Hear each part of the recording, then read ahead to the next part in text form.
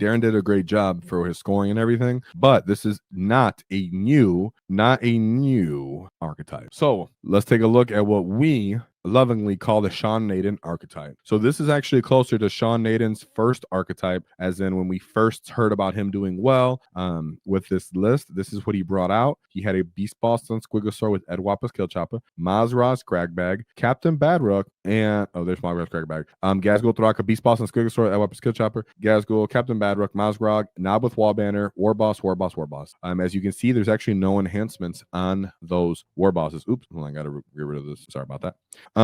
There's no enhancements besides Ed Wappa's Kill Chopper for his mobs. So that's very, very important because Shawn actually did have those. Big unit of truck and boys for the battle wagon and the banner because I love the Nob with Wall banner. 2 trucks. There's the 1 battle wagon. The flash gets that I just need them. Only 1. Yes, only 1 unit of grot. The 2 mega knobs for the blade of wounds on gas to absorb a grenade and so that gas can really enjoy devastating wounds on the wall and he can enjoy the +1 to hit, +1 to wound. 2 units of 5-man knobs. These are our scalpel, small kind of scalpel unit. I'm not in love with them right now, but I might be wrong. I might have to go back to them because more activations might be another way to play. And then 1 unit of Warbike. Very interesting, very similar to the Shawn Nen archetype. And this one I can see he went for more damage and saturation of that thick, valuable character build with the Beastboss and Squigosaur for dev wounds, with Mazrog, and then all these war bosses and Nob with Wall Banner. I'm telling you, Nob with Wall Banner is something that I think people are still slept on because we've just been exploring them as a boy unit, and I'm starting to think that if you have Gaz on your list and you're really stuck on running multiple Nob units, if you're running a second one, maybe just put a Nob with Wall Banner on there and just be prepared to pop Unbridled Carnage and enjoy 2 turns of that Carnage bomb from Makari. So that's just a food for thought that I'm having here when I'm looking at this because the Nob with Wall Banner was always slept on, and this is the one way it's been being run consistently. But I'm open to it being even better in the Codex or still being more interesting with other data sheets becoming more prevalent. So let's take a look at his matchups and how he did. I do have a couple notes for his one loss. So first game, he has Astrommilon.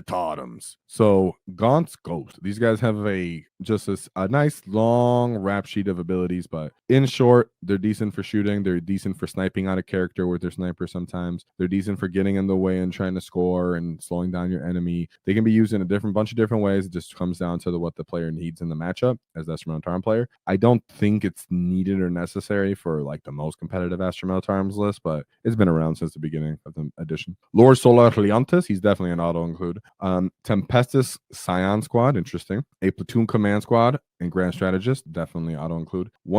2 units of Kitty and Shock, a Deathcore Krieg, 2 Chimeras, which are awesome transports. The fact that these are only 5 points more than a truck bothers me because I don't think trucks needed to go up anymore. I think they were fine at 60 and GW just wanted to nerf us a little bit. So we have Armored Sentinels, a 3-man unit, not my cup of tea, but it is what it is. 2 units of 3-man Bulgrin, a Hellhound, Lehman Russ Battle Tank with the Battle Cannon, and a Lehman Russ Demolisher, another Demolisher, Tempestus Scions.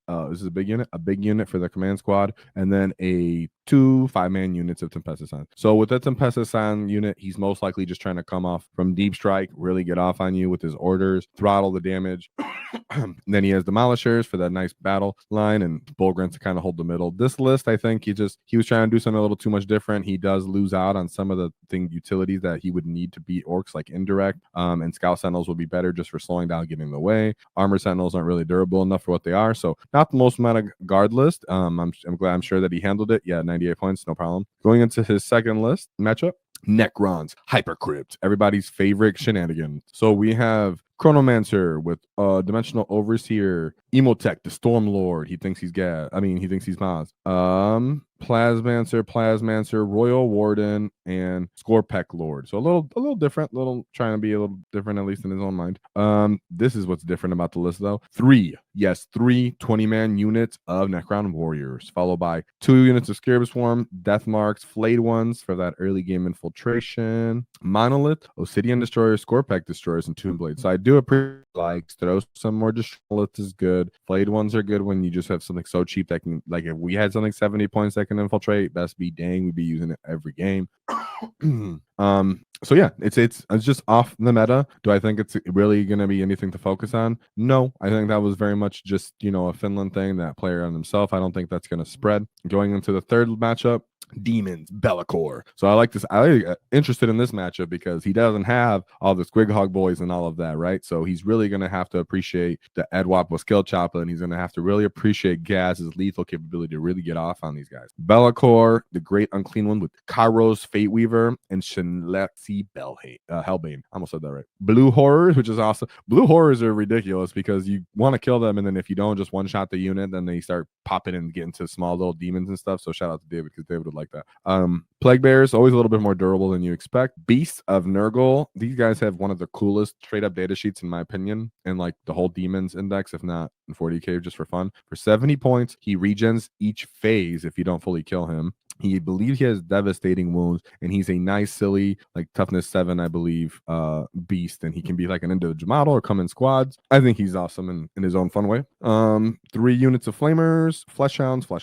So I get what he was trying to do by bringing more stuff so you can play the mission and have more bodies. Demons very much feel like you need to stick to what they're good at with the thick things, and then just have just enough tiny units that you could just screen your backfield maybe, or score some kind of fixed secondaries that you're built into your play style. But if you're not going corn and going for it, you don't really need all the flesh hounds and all that little things. But he did put up 92 points there. You know, once you go off on the Gaz turn, you can pick up a Great Unclean One, pick up Shelexi Hellbane. You can pick all those guys up, and then he really doesn't have much left. Be'lakor is not standing up to Orks in melee. But his one loss, which was a respectable loss, was into Tyranids. And this is an invasion fleet. So we have the Hive Tyrant and we have Old One Eyes. This is a list that I actually have some notes for, so we can talk about how this ended up doing so good into one of our more powerful archetypes. We have 2 units of Gargoyles. So Gargoyles, just to say, as a sleeper movement shenanigan unit as well. So Gargoyles can move, normal move, advance, shoot. Then once they're done shooting, once they hit an enemy unit, they can move again. So they're flying, advancing, shooting you, and then moving again. So very good if getting in your way for move blocking as an Ork player. Very good at stealing objectives or denying you objectives, not only because they fly, but because they have multiple OC each, and they're dirt cheap. And if you don't one-shot the unit, the Tyranid player can choose to regen that unit, which means even if you diminish it a little bit so you can get past it or something, well, on his next turn, he might bring them back and then just do it again. So very annoying. And they can get a 5 Feel No Pain from just because it's a strat, and they can do it for free. So Biovores, and then here's the fun mix up here, right? So most people understand Carnifexes for being distractions and maybe getting stuck in a fight, stuff like that. And reality right now is he decided to bring them for the Death Splitters and Slime Maggots, and with Old One Eye, so he can start getting some. I got them up here, so he can get some getting what we call the Doc Effexes, and he did bring a couple. Oops, I did not click that. Sorry about that. So he has, like we said, the Bioplasma and the Death Spitter. Did he have the Devours? Let me see. Let me look at that. So what people will do is you'll take Old One Eye there. Yeah, Death Spitters with Slime Maggots. You'll take the Old One Eye. He allows you to re-roll the hit roll with these guys, and that allows you to actually take advantage of the Strength 6, even though they're hitting on 4s, good volume, because you can choose to put sustain into what you're trying to actually kill that turn. So if it's a monster or infantry, whatever it may be, they're great for Overwatch because they re-roll the hit roll.